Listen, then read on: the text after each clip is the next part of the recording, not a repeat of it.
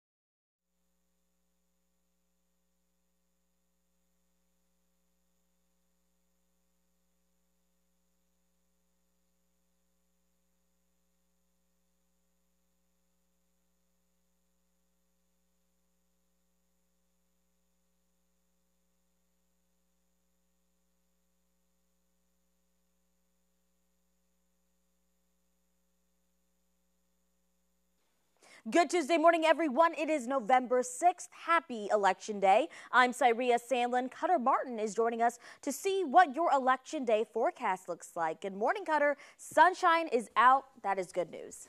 Yeah, out the door this morning, sun up across the Savannah Metro, a little bit of fog, maybe some of the gloominess here still south and west of the city of Savannah, Claxton, Evans County over to Hinesville, Fort Stewart. It's Highway 84 that's really seeing the most widespread fog, but beginning to see visibilities improve, the fog lift and get on out of the first alert forecast. So that's the only thing you're dealing with this morning. Going through the rest of your Election Day 2018, we're going to see temperatures warm, so that lunch break or maybe you skip the lunch and go vote, the line's going to be a little longer potentially, and it's going to be pretty warm and muggy. May sweat a little bit sitting there in the sun. As far as scattered thunderstorm chances, it's late today, more so the last couple hours that the polls are open. Remember, till 7 p.m. or so, but mainly inland. That's not Savannah's peak rain chance. The Metro, I-95 corridor, the coastal strip of the coastal empire and low country, that's after dark, 8, 9, 10 o'clock this evening. We're talking for that 5 o'clock rain chance, Swainsboro, maybe northern Bullock County on down to Coffee, Jeff Davis counties, Lyons, Vidalia, and over to Sylvania, inland communities having that chance. And one or two of the storms in the area shaded in green, a marginal risk of severe weather, 1 out of 5. Maybe some gusty winds or maybe a report or two of the gusty winds with those storms late this afternoon, early this evening, but they are generally going to be weakening as they approach the coastline. Showers, thunderstorms in the forecast Wednesday and Thursday. The risk of severe weather is very, very low, but certainly some rain to contend with, and behind all of this rain, much cooler and then colder. Yeah, we're talking almost winter-like temperatures here locally next week. I'll have your extended forecast, a digital outlook coming up on The Weather Now at 11 a.m. Right now, traffic not looking too bad. The WTOC Jamie Casino traffic tracker is at the Bluffton Library, a polling location this morning in Beaufort County, and there is a line. And as we turn down this street, case in point, you need to pay extra attention to pedestrians today. More folks waiting in lines, crossing crosswalks, that kind of stuff near these locations, which happen to be, churches, schools, things like that. And just a heads up that you will need to watch out for those folks even more so than normal. On the maps right now, drive times all looking pretty good. The south side, Forest River Farms, the bridge there, 204 east and westbound over to the Truman Parkway, no major issues. Duran and Abercorn backing up a little bit, and still the main delay here is Highway 21 from about the Effingham County line down to Georgia 30. So zooming down in on this, going to get a really tight look so that we can estimate drive times and exactly how fast you're moving. Again, from about Rice Hope Plantation Road down to Market Boulevard in Port Wentworth, we're seeing some improvement, but you're still only moving about 15 miles per hour. Earlier moving less than 10. So gradual improvement, but still slow. Right now, the big three, 21, 95 to 516, that entire stretch taking you about 10, 12 minutes or so. 80 eastbound 95 to West Bay, taking you 11, and 16 eastbound 95 to 516, taking you less than 10 minutes. East side commuters, Whitmarsh, Wilmington, only 10 to 12 minutes from there to downtown Savannah. 278, beginning though to back up near Buckingham Landing. Reminder, you can always get the latest traffic conditions in the bottom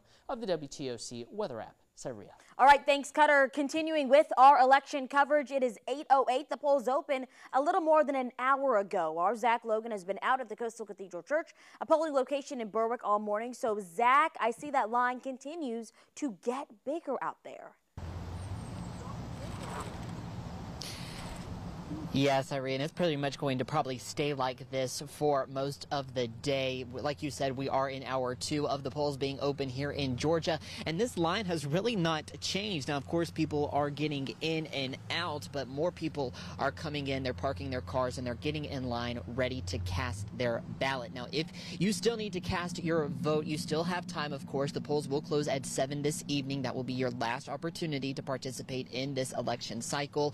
Now, there are some things that you need to keep in mind if you decide to come and vote. Make sure that you are going to your assigned precinct. We know that several different locations were open during early voting, and you were allowed to go to any of those to cast your ballot. But when it comes to election day, you need to go to your assigned precinct. So if it would happen to be here, then you would have to come to the Coastal Cathedral to cast your vote. Now, when you do come, make sure that you bring an acceptable form of ID. In both Georgia and South Carolina, you need to show some type of identification, whether that be a driver's license, passport, or military ID. We have all of the valid forms for both Georgia and South Carolina up on our website, WTOC.com. Now, when you come and cast your ballot, make sure that at the end, right before you say submit ballot, make sure that you look at that review screen. That review screen is going to tell you the candidates and the amendments that you have selected. So make sure that you go ahead and look at it. We know that sometimes these touch screens can be iffy, and sometimes we can touch one by mistake.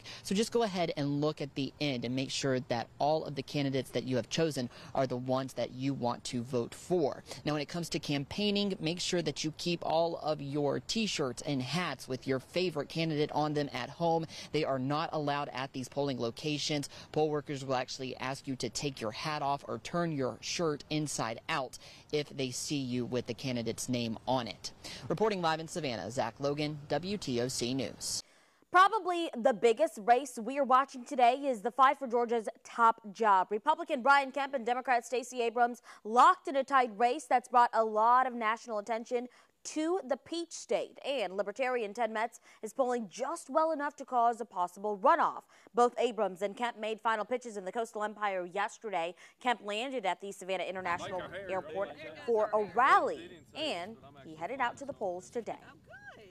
We will keep our state working in the days ahead so that we continue to live in the best state to live, work, start a business, and raise your family, the great state of Georgia. So y'all keep chopping wood out there, hunker down. We got a few hours to go. Let's leave it on the field.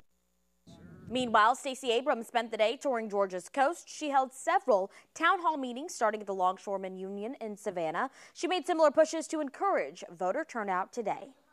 We stand on solid ground. Yeah. So I need you to get me over the finish line. In 24 hours, we will change the narrative in the nation. polling has shown Abrams and Kemp in a statistical dead heat for several weeks ahead. Now, with Ted Metz in the mix, the race is expected to go into a runoff. Another element to that race is Georgia's election security. Brian Kemp is the Secretary of State. On Friday, Democrats raised concerns the state's electronic voting machines could be easily hacked to allow an outside party to steal voter records. On Sunday, Kemp's office announced it's investigating an attempted voter roll hack and believes Democrats were behind it. Abrams says the investigation is a hoax. We asked Kemp about it yesterday. He told us he cannot discuss an ongoing investigation. Well, South Carolina's governor candidates also making an all-out push to win votes. Current incumbent Republican Governor Henry McMaster faces Democratic State Rep James Smith in that race. Both of them made final campaign stops across the state. McMaster made a stop in Myrtle Beach for a Get Out the Vote conference. Wonderful state legislators behind you. That's it. And there's no redo. This is a critical election, not only for the country, but also for South Carolina. Meanwhile, Smith and his running mate, Mandy Powers-Norrell, held a late-night rally in Columbia last night. Smith says the crowd had a tremendous energy.